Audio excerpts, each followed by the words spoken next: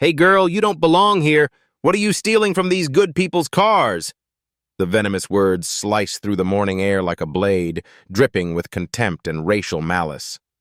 Officer Bradley Matthews stands beside his patrol car, his sneer visible even from across the busy downtown Chicago street. His voice carries the deliberate cruelty of someone who enjoys wielding power over those he considers beneath him. The professionally dressed black woman freezes at her rental car door, her hand still gripping the handle. Around them, the Tuesday rush hour continues, heels clicking against concrete, exhaust fumes mixing with the aroma of fresh coffee from nearby shops, car horns honking in the distance. But suddenly, all of that urban symphony feels muted compared to the sharp tension crackling in the air. Pedestrians slow their pace, phones already emerging from pockets as they sense something ugly unfolding before their eyes. The woman stops mid-stride, her hand freezing on her car door handle. Pedestrians slow their pace, sensing the tension crackling in the air like electricity before a storm. Have you ever been judged by the color of your skin before anyone knew who you really were? Colonel Diana Harrison had served her country in 3 combat zones. She'd commanded thousands of soldiers, earned the respect of generals and presidents alike. But on this Tuesday morning, none of that mattered to the 2 officers approaching her vehicle. The woman standing beside the silver Toyota Camry rental car carried herself with the unmistakable bearing of military leadership. Shoulders squared, spine straight, hands steady despite the adrenaline now coursing through her veins. At 45, Diana had learned to read hostile situations with the precision of a trained tactician. The morning sun glinted off her simple gold wedding ring as she slowly released the door handle, her movements deliberate and controlled. South Michigan Avenue stretched before them like a concrete canyon, lined with gleaming office towers and upscale boutiques. The smell of fresh bagels drifted from a nearby cafe, mixing with the acrid scent of bus exhaust and the faint aroma of Lake Michigan carried on the October breeze. Traffic moved in its typical Chicago rhythm, aggressive but orderly, a symphony of honking horns and rumbling engines that had become the city's heartbeat. Officer Bradley Matthews, 38 years old and a 15-year veteran of the Chicago Police Department, had built his reputation on what he called aggressive community policing. His personnel file, locked away in internal affairs, contained 14 formal complaints of racial bias, all dismissed or buried under administrative bureaucracy. His pale blue eyes held the cold confidence of a man who had never faced real consequences for his actions. Behind him, Officer Kevin Walsh shifted nervously from foot to foot. At 29, the rookie had been partnered with Matthews for only 6 months, but he'd already witnessed behavior that made his stomach turn. Walsh's academy training had emphasized de-escalation and community trust. What he'd learned on the street with Matthews felt like a betrayal of everything he'd been taught about protecting and serving. Diana had driven here from her hotel to visit her 70-year-old mother, who lived in a senior community just blocks away.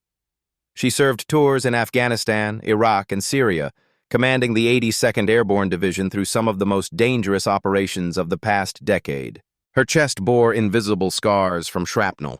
Her mind carried the weight of soldiers she'd led and lost.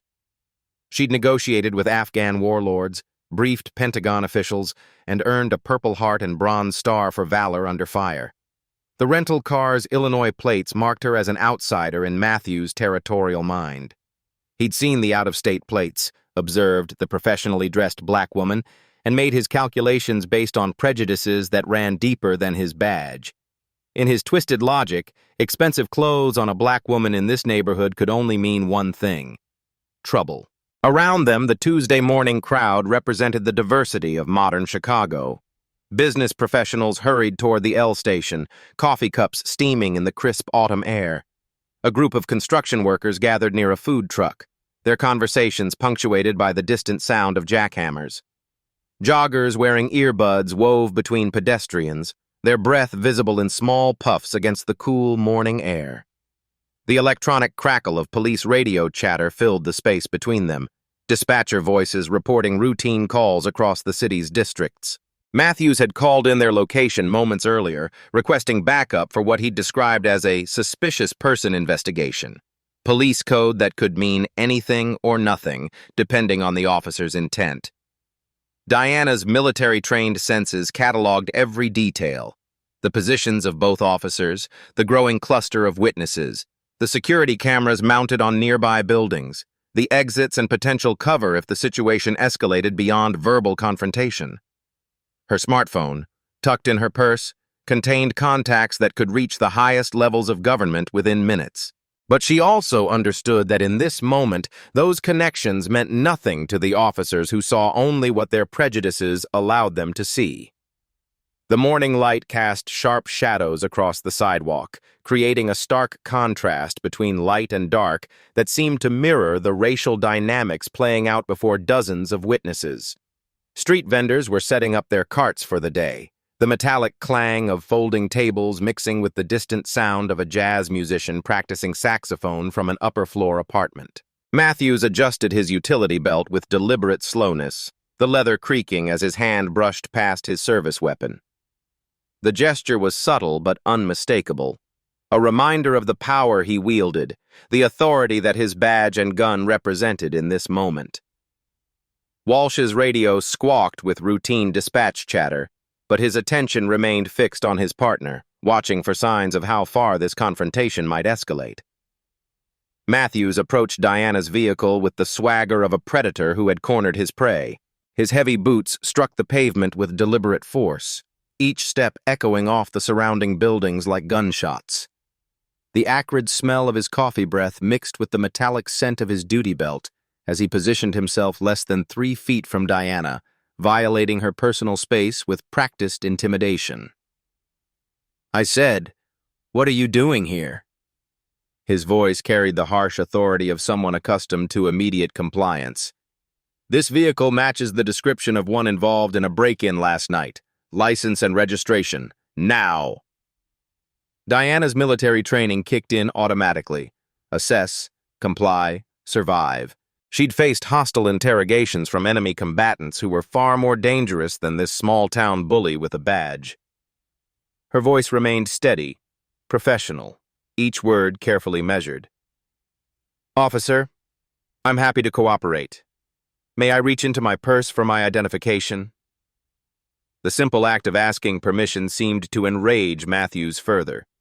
His pale eyes narrowed, and spittle formed at the corners of his mouth as he spoke. "Don't get smart with me. I'm the one asking questions here. Step away from the vehicle. Keep your hands where I can see them." Around them, the morning crowd had begun to slow and cluster. A businessman in a navy suit stopped pretending to check his phone, his attention fully focused on the unfolding confrontation. 2 college students paused at the bus stop, their textbooks forgotten as they watched the scene with growing concern. The distinctive electronic whir of smartphone cameras beginning to record filled the air, mixing with the ambient sounds of traffic and construction. Walsh hung back near the patrol car, his rookie instincts warring with his respect for his training officer. The morning sun caught the nervous sweat beading on his forehead despite the cool October air. His hand hovered near his radio, uncertain whether to call for backup or try to de-escalate the situation his partner was clearly intent on escalating. "Ma'am, please step back from the vehicle," Walsh called out, his voice lacking the venom of his partner, but carrying official authority nonetheless. "We just need to verify some information." Diana moved with the fluid grace of someone trained in close-quarters combat, her hands visible at all times, her movements slow and deliberate. The asphalt beneath her feet was still damp from the previous night's rain, reflecting the morning sun in small puddles that caught the light like scattered diamonds. She positioned herself exactly where Matthews indicated, her posture maintaining dignity even in submission. "Officer Matthews," she read his name tag with deliberate emphasis. "I understand you're investigating a possible break-in. I'm visiting my elderly mother who lives in the senior community on East Randolph. I'd be happy to provide her contact information to verify my presence in this area." The mention of his name seemed to surprise Matthews. Suspects usually cowered rather than engaging him as an equal. His jaw tightened, and his hand moved instinctively toward his handcuffs. I don't care about your story, lady. We got reports of someone matching your description casing vehicles in this area. You got priors? A woman walking her small terrier stopped on the opposite sidewalk, her dog's leash going slack as she pulled out her phone. The distinctive ping of social media notifications began echoing from multiple devices as witnesses started live streaming and posting videos. The sharp autumn wind carried their whispered conversations, fragments of outrage, concern, and disbelief at what they were witnessing. Diana's military bearing remained unshakable even as the humiliation intensified. She'd commanded respect from four-star generals and foreign dignitaries, but she also understood that this moment required a different kind of strategy. "Officer, I have no criminal record. I'm a law-abiding citizen who was simply walking to my car to visit family." Matthews circled her like a shark scenting blood, his boots scraping against the concrete with each step. Law-abiding citizens don't usually drive rental cars through neighborhoods they don't belong in. What's really going on here? Are you dealing drugs, prostitution? Or maybe you're one of those professional protesters causing trouble downtown? The racist assumptions hit like physical blows, but Diana absorbed them with the same discipline that had carried her through combat zones. Her hands remained steady at her sides, though her military-trained muscles were coiled and ready. She could hear the growing murmur of the crowd, the click of phone cameras, the distant sound of more police sirens approaching. Walsh's discomfort was becoming visible to everyone watching. He shifted his weight from foot to foot, his young face flushed with embarrassment at his partner's behavior. "Matthews, maybe we should just run the license and—" "I'll tell you when I need your opinion, rookie," Matthews snapped, his authority extending to his own partner. "This is how real police work gets done. You check everything, trust nothing, especially when dealing with people who don't belong." The crowd continued growing, forming a loose semicircle around the confrontation. Office workers emerged from nearby buildings, drawn by the commotion and the increasing volume of Matthews' voice. A food truck vendor turned down his radio to better hear what was happening. Construction workers paused their morning break, hard hats tilted back as they watched the scene unfold. The morning air filled with the sounds of urban life continuing around them. Delivery trucks rumbling past, the distant clang of construction equipment, the rhythmic beeping of pedestrian crossing signals. But all of it seemed muted compared to the sharp tension crackling between Matthews and Diana. The smell of fresh bagels from a nearby cafe mixed incongruously with the acrid scent of exhaust fumes and the faint metallic odor of Matthews' badge and handcuffs. Diana calculated the angles. 14 witnesses with phones, at least 6 actively recording, multiple security cameras from surrounding businesses capturing every moment. Her tactical mind automatically assessed the situation's potential outcomes, but her immediate focus remained on de-escalation and compliance. She'd survived roadside bombs in Afghanistan. She could survive this encounter with an over-aggressive police officer. "Ma'am, we're going to need to search your vehicle," Matthews announced, his voice carrying across the street loud enough for everyone to hear. "Standard procedure when someone matches a suspect description." The announcement sent a ripple of murmurs through the growing crowd. An elderly man with a walking cane stopped to watch, shaking his head in disgust. 2 teenage girls sharing earbuds paused their music, their eyes wide with shock at the obvious racial profiling they were witnessing. The morning sun cast long shadows across the sidewalk, creating stark lines of light and darkness that seemed to mirror the racial dynamics playing out before them. "Officer, do you have a warrant for that search?" Diana's voice remained calm, but her words carried the unmistakable tone of someone familiar with legal procedures. "I've cooperated fully with your investigation." Matthews's face darkened at the challenge to his authority. In his experience, people who knew their rights were usually people who'd had reason to learn them the hard way. "Warrant? You've been arrested before, haven't you?" "That's how you know about warrants." The racist assumption hung in the air like smoke, visible to everyone present. Several witnesses exchanged glances, their expressions shifting from curiosity to anger. A young mother hurried past with her stroller, shielding her child's eyes from the confrontation while simultaneously recording on her phone.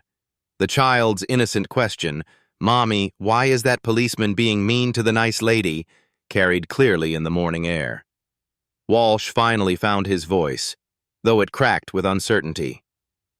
"Matthews, we haven't established probable cause for—" "Probable cause?" Matthews wheeled on his partner, his face flushed with anger. "Look at her! Look at this whole situation! That's all the probable cause I need." The admission hung in the morning air like a confession, recorded by multiple devices and witnessed by dozens of citizens. Diana's expression never changed, but internally she cataloged every word, every action, every violation of proper procedure. This wasn't her first encounter with institutional racism, but it was certainly the most public and well-documented. Matthew's radio crackled to life, the dispatcher's voice cutting through the morning tension with routine efficiency. "Unit 847, backup requested at your location?" The question hung in the air as Matthews glanced at the growing crowd, his decision already made before he keyed his mic. "Unit 847, affirmative on backup. Conducting field investigation of suspicious subjects." His words were carefully chosen, police jargon that could justify almost anything in an incident report. The smell of his stale coffee breath mixed with the sharp autumn air as he stepped closer to Diana, his presence deliberately intimidating. "Ma'am, turn around and place your hands on the vehicle," Matthews commanded, his voice carrying the rehearsed authority of someone who had performed this ritual countless times before. "We're going to conduct a pat-down for officer safety." Diana's military training screamed against every fiber of this illegal search, but her tactical mind calculated the risks of resistance. 23 witnesses, multiple cameras, broad daylight. This would be documented thoroughly. "Officer, I'm unarmed and have complied with every instruction. What reasonable suspicion do you have for a search?" The legal terminology seemed to infuriate Matthews further. His pale face flushed red, veins visible at his temples as his anger escalated. "Reasonable suspicion? How about you're in a neighborhood you don't belong in, driving a rental car, and acting suspicious? That's all the reasonable suspicion I need." Walsh stepped forward, his young face creased with concern and confusion. The morning sun caught the perspiration on his forehead despite the cool October air. "Matthews, maybe we should just run her license through the system first. Standard protocol." "I decide the protocol here, rookie," Matthews snapped, wheeling on his partner with barely contained rage. "You want to be a detective someday? You better learn when to shut up and when to back up your partner." The harsh exchange carried clearly to the watching crowd, smartphones capturing every word of the verbal abuse directed at the young officer. A businessman in an expensive suit shook his head in disgust, his whispered comment to a colleague clearly audible. "This is exactly what's wrong with policing in this city." Diana slowly turned to face her vehicle, placing her palms flat against the cool metal of the rental car's roof. The morning sun reflected off the silver paint, creating spots of brilliant light that danced across her hands. She could feel the eyes of dozens of strangers watching her humiliation, could hear the electronic whisper of video recording, could smell the exhaust fumes from passing traffic mixing with the distant aroma of fresh bread from a nearby bakery. "Spread your legs wider," Matthews commanded, his voice loud enough to carry across the street. "Arms further apart." This is what happens when people think they can just waltz through our neighborhoods without consequences. The unnecessarily rough pat-down began with Matthew's hands moving aggressively across Diana's shoulders and back. His touch was deliberately harsh, designed more to humiliate than to actually search for weapons. The sound of his latex gloves snapping against her professional blazer echoed off the surrounding buildings, each contact a violation of dignity and protocol. "You got anything sharp in your pockets? Needles? Drugs?" Matthew's questions were rhetorical, designed to plant suggestions in the minds of witnesses rather than gather information. "What about weapons? Are you carrying anything I should know about?" Diana's voice remained steady despite the violation of her person and dignity. "Officer, I'm unarmed. I'm a law-abiding citizen visiting family. This search is unnecessary and inappropriate." "Sha!" The crowd's murmur grew louder, expressions of outrage and disbelief becoming more vocal. An elderly woman with a shopping cart stopped to watch, her weathered face twisted in disgust. "That's not right," she called out, her voice carrying clearly in the morning air. "That woman hasn't done anything wrong." Matthews ignored the growing dissent, his focus entirely on asserting dominance over his victim. "Turn around," he commanded, his hands moving to Diana's front pockets with unnecessary aggression. "Empty your purse on the ground. All of it. Let's see what you're really carrying." The designer leather purse hit the concrete with a dull thud, its contents spilling across the sidewalk like scattered evidence of a life interrupted. Car keys glinted in the morning sun. A smartphone's screen cracked against the rough pavement, business cards scattered like fallen leaves. Among the debris, a small leather wallet containing Diana's military identification lay face down, its significance hidden for the moment. "Well, what do we have here?" Matthew's voice dripped with false discovery as he picked through Diana's belongings like a scavenger. Expensive phone, fancy jewelry, credit cards. Where does someone like you get money for stuff like this? The racist implication hung in the air like toxic smoke, recorded by multiple devices and witnessed by the growing crowd. A construction worker removed his hard hat, running his hand through his hair in obvious discomfort. "This ain't right, man," he muttered to his colleague. "This is straight-up harassment." Walsh's discomfort had evolved into visible distress. His rookie training had emphasized de-escalation, community trust, and constitutional rights. Everything he was witnessing violated those principles. "Matthews, I really think we should—" "You think too much, Walsh." Matthews cut him off with vicious authority. "This is real police work. This is how you handle people who think they're above the law." Diana remained in position against the vehicle, her military bearing unbroken despite the humiliation. She could hear the distant sound of approaching sirens, backup arriving to witness or participate in her degradation. The metallic taste of adrenaline filled her mouth, but her breathing remained controlled, measured, professional. "Now we're going to search your vehicle," Matthews announced to the crowd as much as to Diana. "See what other surprises you might be hiding." He jangled her car keys with theatrical flourish, the metallic sound mixing with the ambient noise of urban traffic and construction. The electronic beep of the car doors unlocking seemed unnaturally loud in the charged atmosphere. Matthews yanked open the driver's door with unnecessary force, the hinges creaking in protest. The smell of the new car interior, that distinctive blend of plastic, leather, and cleaning chemicals, wafted out into the morning air. "Look at this!" Matthews called out, his voice carrying false excitement as he rummaged through the vehicle's interior. GPS set for multiple locations, map of the city, rental agreement under a different name. Real suspicious if you ask me. Each item he mentioned was completely innocent, standard contents of any rental car driven by a visitor to the city. But his description made them sound sinister, criminal, worthy of investigation. The growing crowd recognized the manipulation, their murmurs of disapproval becoming more audible. Diana's military duffel bag sat in the back seat, its olive green canvas marked with faded unit patches and campaign ribbons earned through years of distinguished service. Matthews grabbed it with both hands, hefting its weight with obvious curiosity. "Military surplus," he announced dismissively, unzipping the bag with rough hands. "Probably bought at some Army-Navy store. People think wearing camo makes them look tough." Inside the bag, neatly folded uniforms bearing the colonel's eagles caught the morning light. Campaign ribbons from Afghanistan, Iraq, and Syria gleamed against the dark fabric. Military medals earned through combat service lay carefully arranged in a small case. Letters of commendation from generals and Pentagon officials were filed in a precise military manner, but Matthews saw only what his prejudice allowed him to see: costume props, fake credentials, attempts at deception. He held up a uniform shirt with obvious contempt. "Halloween costume? Or maybe you're one of those stolen valor types trying to scam veterans' benefits?" The accusation struck deeper than any physical blow. Diana had earned every ribbon, every medal, every promotion through blood, sweat, and sacrifice.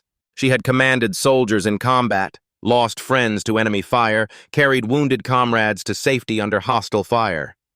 The suggestion that her service was fake or stolen was almost unbearable.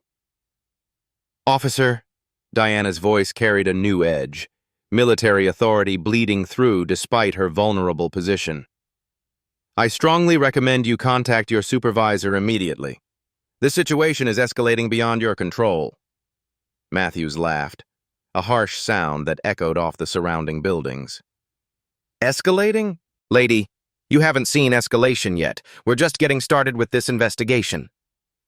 Matthews continued rifling through the military duffel bag with deliberate disrespect, tossing uniforms and equipment onto the sidewalk like garbage. The morning sun caught the gleam of military medals as they scattered across the concrete, campaign ribbons from 3 combat zones mixing with the urban debris of cigarette butts and discarded coffee cups. "What's this supposed to be?" Matthews held up Diana's official military identification card, squinting at it with exaggerated skepticism. "Colonel Diana Harrison, United States Army? Yeah, right, and I'm the Secretary of Defense." The crowd's murmur shifted, whispers of recognition and disbelief rippling through the gathered witnesses. Several people leaned closer, trying to get a better look at the credentials Matthews was dismissing so casually. A veteran in the crowd, recognizable by his service cap and unit pins, stepped forward with obvious agitation. Diana slowly straightened from her position against the vehicle, her posture subtly shifting from submission to command. 25 years of military bearing reasserted itself as she turned to face Matthews directly, her eyes meeting him with the unwavering gaze of someone accustomed to respect from subordinates. "Officer Matthews," her voice carried a new tone, not pleading or defensive, but quietly authoritative. "That is my official United States Army identification. I am Colonel Diana Harrison, commanding officer of the 82nd Airborne Division. You are currently violating the civil rights of a senior military officer." The declaration hung in the morning air like a thunderclap. Matthews's cocky expression faltered for a split second before his prejudice reasserted itself. "Lady, you can claim to be anyone you want. I've seen fake military IDs before. This is probably some kind of scam." Diana reached slowly into her jacket pocket, her movements deliberate and visible to all observers. "Would you like me to call the Pentagon? Perhaps you'd prefer to speak with Commissioner Williams of the Chicago Police Department. He and I served together in Iraq under General Petraeus." The specificity of her claims, the calm confidence in her voice, the precise military terminology, something in Matthews' expression began to shift. Walsh stepped closer, his young face pale as he recognized the potential magnitude of their situation. "Ma'am, if you could just—" Walsh began, but Matthews cut him off with a violent gesture. "Shut up, Walsh. This is obviously some kind of con game. Nobody this young makes colonel in the real army. Look at her." Diana pulled out her smartphone with practiced precision, her fingers moving across the screen with the efficiency of someone accustomed to rapid military communications. "I'm calling Commissioner Williams now. Charles Williams, Chicago PD, Bronze Star recipient, served with the 3rd Infantry Division during the Iraq surge. He'll verify my identity and explain the federal implications of what you've just done." The phone's electronic tones seemed unnaturally loud in the sudden hush that had fallen over the crowd. Matthew's face began to lose color as the reality of the situation started penetrating his wall of prejudice and arrogance. Walsh backed away involuntarily, his hand moving toward his own radio. "Commissioner Williams?" Diana's voice carried clearly in the morning air. "This is Colonel Diana Harrison. I'm currently being detained and searched without cause by one of your officers on South Michigan Avenue. Officer Matthews has conducted an illegal search of my person and vehicle, made racially motivated accusations, and is currently questioning the validity of my military credentials." Matthews lunged for the phone, but Diana stepped back with military precision, her movement fluid and controlled. "Sir, yes, I understand the implications. I have multiple witnesses and video documentation of the entire incident." The color drained completely from Matthew's face as the implications began to sink in. Walsh's radio crackled to life with urgent dispatcher chatter, supervisors being notified, brass being awakened, internal affairs being contacted. The morning air suddenly felt electric with tension as the power dynamic that had defined the last 20 minutes completely reversed. "Ma'am," Diana continued into the phone, her voice carrying the calm authority of someone briefing superior officers. "Officer Matthews has accused me of stolen valor, suggested my military service is fraudulent, and implied that my presence in this neighborhood indicates criminal activity. The entire incident has been recorded by multiple civilians and is likely already circulating on social media." Matthews made one last desperate attempt to assert control. "Look, there's been a misunderstanding here. I was just following standard protocol." Diana ended her phone call and turned to face him directly, her military bearing now unmistakable to everyone present. When she spoke, her voice carried the quiet authority of someone who had commanded thousands of soldiers in combat zones. "Officer Matthews, there was no misunderstanding. You saw a black woman in an upscale neighborhood and made assumptions based entirely on racial prejudice.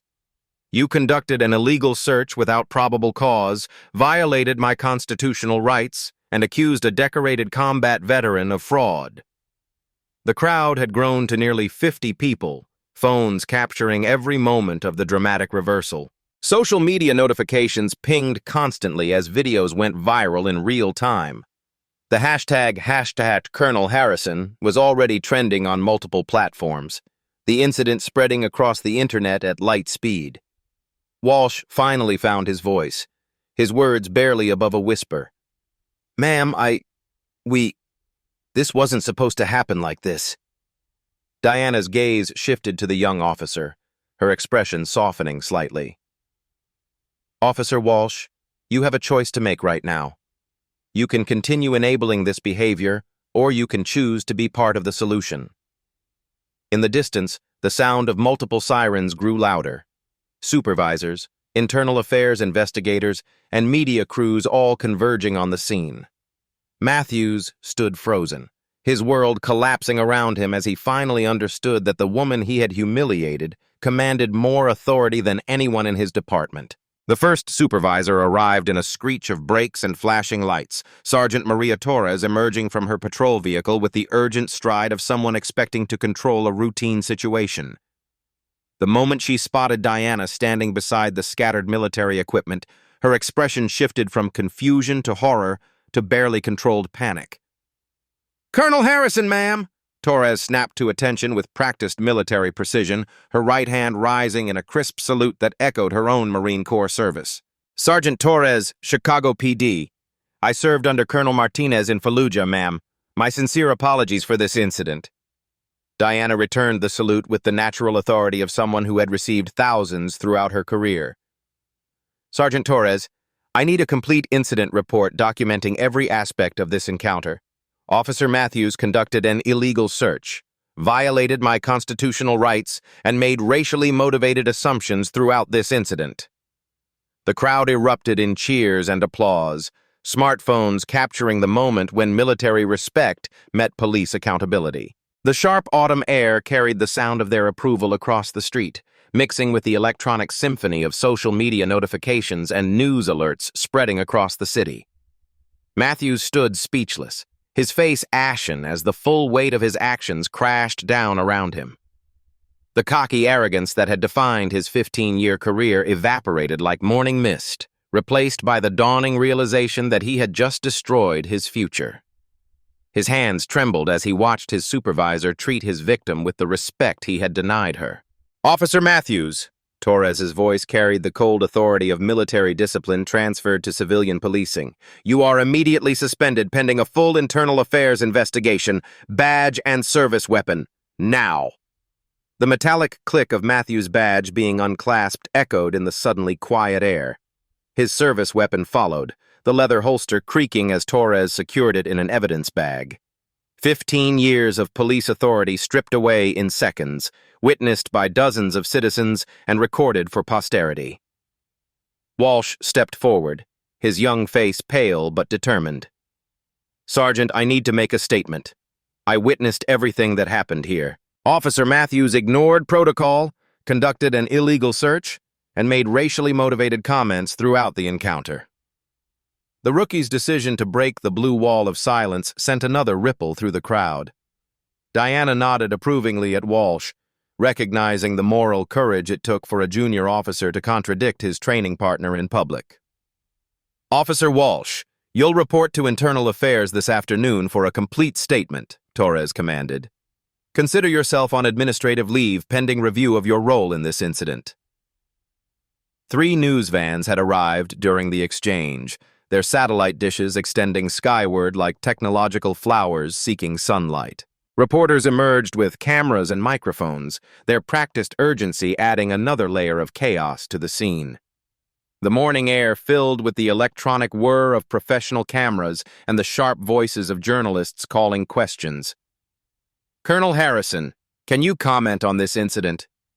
"Officer Matthews, do you have a response to allegations of racial profiling?" "Sergeant Torres, what disciplinary action will the department take?" Diana stood amidst the chaos with military composure, her uniform ribbons catching the morning sun as she addressed the growing media presence. "I will have a full statement later today. What happened here represents a pattern of racial bias that must be addressed systemically, not just individually." Commissioner Williams arrived in an unmarked sedan, his distinguished figure emerging with the bearing of someone accustomed to crisis management. His immediate salute to Diana was captured by every camera present, the image destined to become iconic. A police commissioner showing respect to the woman his officers had just humiliated.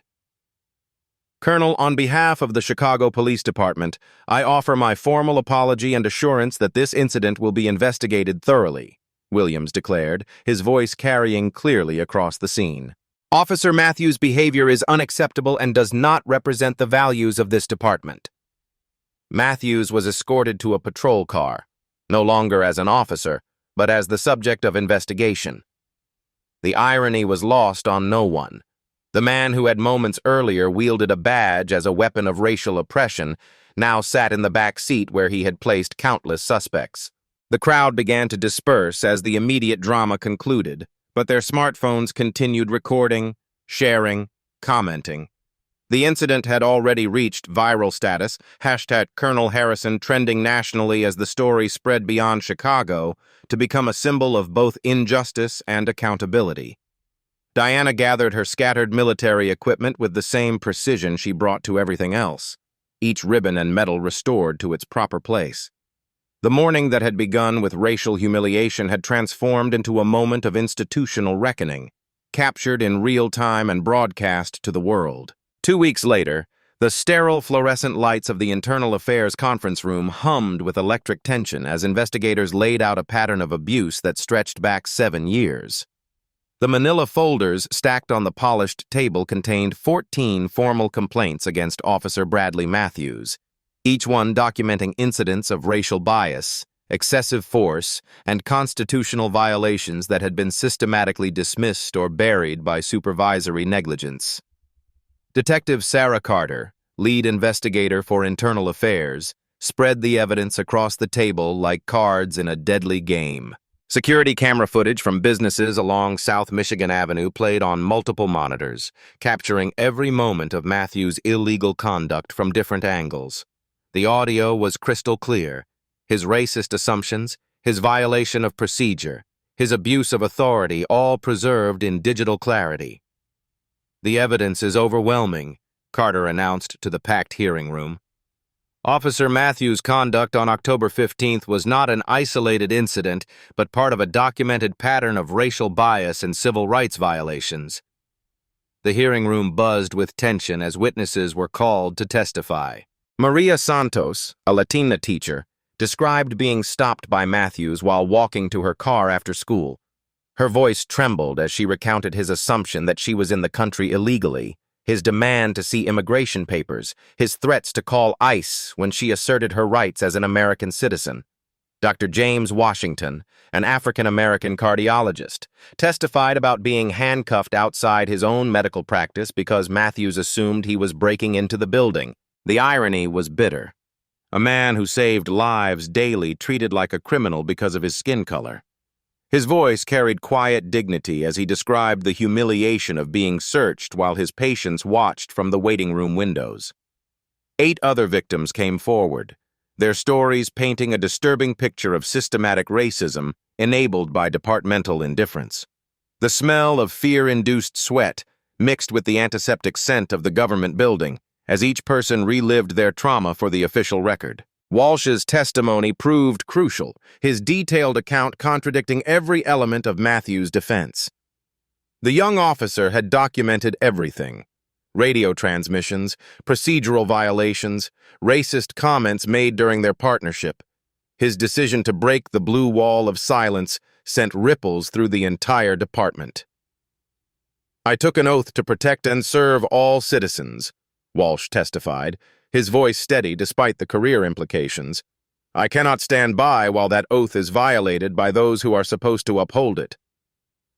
The federal courthouse buzzed with activity 3 weeks later as Diana's civil rights lawsuit moved to trial.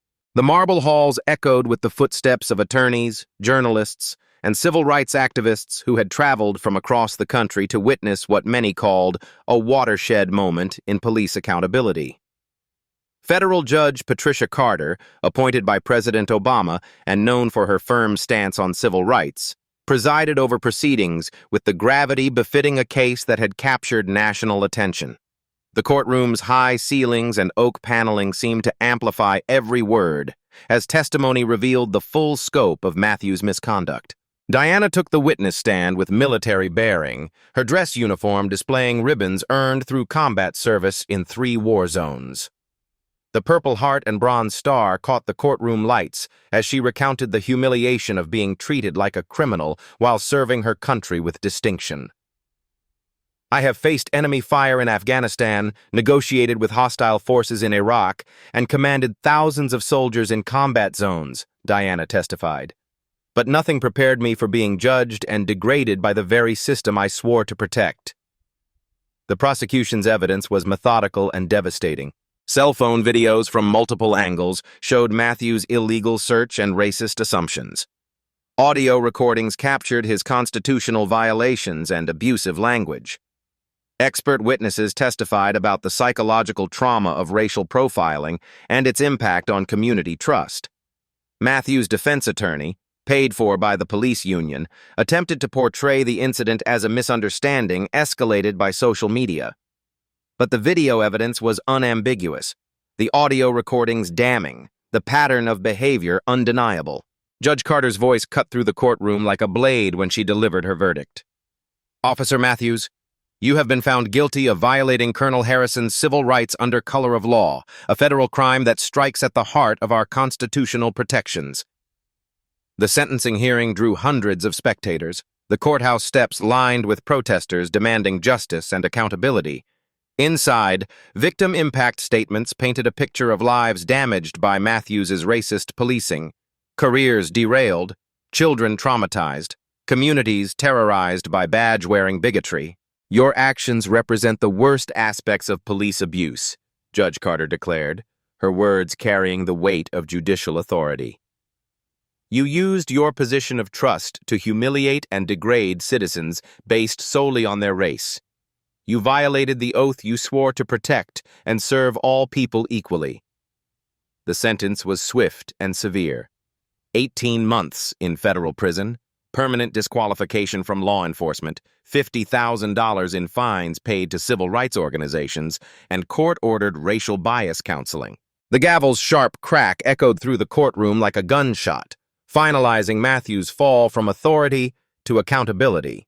Walsh received probation and mandatory retraining, his cooperation with investigators saving his career while sending a clear message about the consequences of enabling racist policing. He was reassigned to community outreach, working to rebuild trust between police and minority communities. The ripple effects spread far beyond Chicago. Commissioner Williams announced comprehensive reforms, mandatory body cameras for all officers, enhanced racial bias training, independent oversight committees, and zero tolerance for discriminatory conduct. 14 other cities implemented similar measures within months, using Chicago's crisis as a catalyst for change. Diana's case became a catalyst for federal legislation. Congressional hearings on police accountability featured her testimony, her military credentials lending weight to demands for systematic reform. The Colonel Harrison Act proposed federal oversight of local police departments with documented patterns of racial bias. The courtroom emptied slowly after sentencing, spectators filing out with the satisfaction of justice served. Matthews was led away in handcuffs, the same restraints he had used to humiliate Diana now binding his own wrists as he faced the consequences of his racism. Outside, Diana addressed the media with characteristic military precision. This case was never about me personally. It was about every citizen who doesn't have the privilege of 3 stars on their collar. Justice delayed is justice denied, but today, justice prevailed. The autumn air carried the scent of fallen leaves and change as supporters celebrated on the courthouse steps, their voices rising in songs of justice and hope. 6 months after the courthouse victory, Diana stood among the white marble headstones of Arlington National Cemetery, the morning mist rising from the hallowed ground like the spirits of fallen heroes. The crisp autumn air carried the distant sound of a military bugler practicing taps, the haunting melody drifting across rows of graves marking lives given in service to the country and Constitution. Her newly pinned general's stars caught the early sunlight as she knelt beside the grave of Staff Sergeant Michael Torres, one of her soldiers lost to an IED in Afghanistan. The cold marble bore his name, dates, and the simple inscription, "He gave all for freedom." Diana placed a small American flag beside the headstone, her gesture carrying the weight of command responsibility and personal loss. "I fought for this country in Afghanistan, Iraq, and Syria." Diana spoke directly to the camera, her voice carrying across the sacred ground. "But my hardest battle was fought on a street corner in Chicago, not against foreign enemies, but against the prejudice that still exists in our own institutions." The statistics were sobering but encouraging. The Chicago Police Department reported a 40% reduction in racial bias complaints since implementing the reforms sparked by Diana's case. Matthews currently served his sentence in federal prison, his fall from authority to accountability documented in training videos used by police academies nationwide. Walsh had become an unexpected hero, leading community policing initiatives that bridged the gap between law enforcement and minority communities. His courage in speaking truth to power had transformed him from reluctant witness to passionate advocate for justice and reform. "This isn't just about me or about police officers," Diana continued, her breath visible in small puffs against the cool morning air. "It's about seeing each other's humanity. It's about using whatever privilege or power we have to lift up those who don't have a voice." The impact rippled far beyond Chicago's borders. 15 similar lawsuits had been filed nationwide, victims empowered by Diana's example to seek justice for their own experiences with police racism. The viral video had been viewed over 50 million times across social media platforms, sparking conversations in living rooms, classrooms, and boardrooms about bias, privilege, and accountability. Diana's Advocacy Foundation, established with settlement funds, provided legal support for victims of police misconduct who lacked the resources or connections to fight back. The foundation's offices in Chicago's South Side hummed with activity, attorneys taking cases, counselors supporting trauma victims, activists organizing community response teams. "Every month, we receive hundreds of calls from people who have experienced what I experienced," Diana explained, walking among the cemetery's pathways lined with flags and flowers. "The difference is, they don't have general stars to protect them. They don't have Pentagon contacts to call. They only have each other, and hopefully, advocates willing to stand with them." The morning sun cast long shadows across the memorial grounds, creating patterns of light and darkness that seemed to mirror the ongoing struggle between justice and injustice in American society. An honor guard practiced their ceremonial movements in the distance, their synchronized steps echoing off the surrounding monuments. Policy changes continued spreading across the country. 200 police departments had implemented body camera requirements directly inspired by Diana's case. Federal legislation remained stalled in Congress, But state and local reforms were creating a patchwork of accountability measures that advocates hoped would eventually become national standards. The question isn't whether progress is possible, Diana reflected, stopping before the tomb of the unknown soldier where sentries maintained their eternal watch. The question is whether we have the courage to demand it, to document it when we see injustice, and to speak up even when it's uncomfortable or dangerous. The cemetery's visitors included families of all backgrounds: Gold Star mothers, young veterans, children learning about sacrifice and service. Their diverse faces reflected the America Diana had served and continued to fight for, a nation struggling to live up to its founding promises of equality and justice. Colonel Harrison's story reminds us that justice isn't guaranteed. It's something we must actively fight for every single day. Her experience shows us that change is possible when good people refuse to stay silent, when systems are forced to confront their failures, when consequences follow misconduct instead of being buried in bureaucracy. If this story moved you, share it with someone who needs to hear it. Subscribe to Black Voices Uncut for more stories of justice prevailing over injustice. Comment below. What would you have done in Officer Walsh's position? Would you have found the courage to speak truth to power, even knowing it might cost your career? Hit that like button if you believe everyone deserves to be treated with dignity, regardless of their race, background, or status. Share this video to spread awareness about racial justice and police accountability. Follow Black Voices Uncut for more powerful stories that need to be told. And here's a question for you to discuss in the comments. Should there be different consequences for police officers who abuse their power compared to ordinary citizens who break the law? How do we balance accountability with the need for effective policing? Let us know your thoughts below. In America, justice may be delayed, but it should never be denied.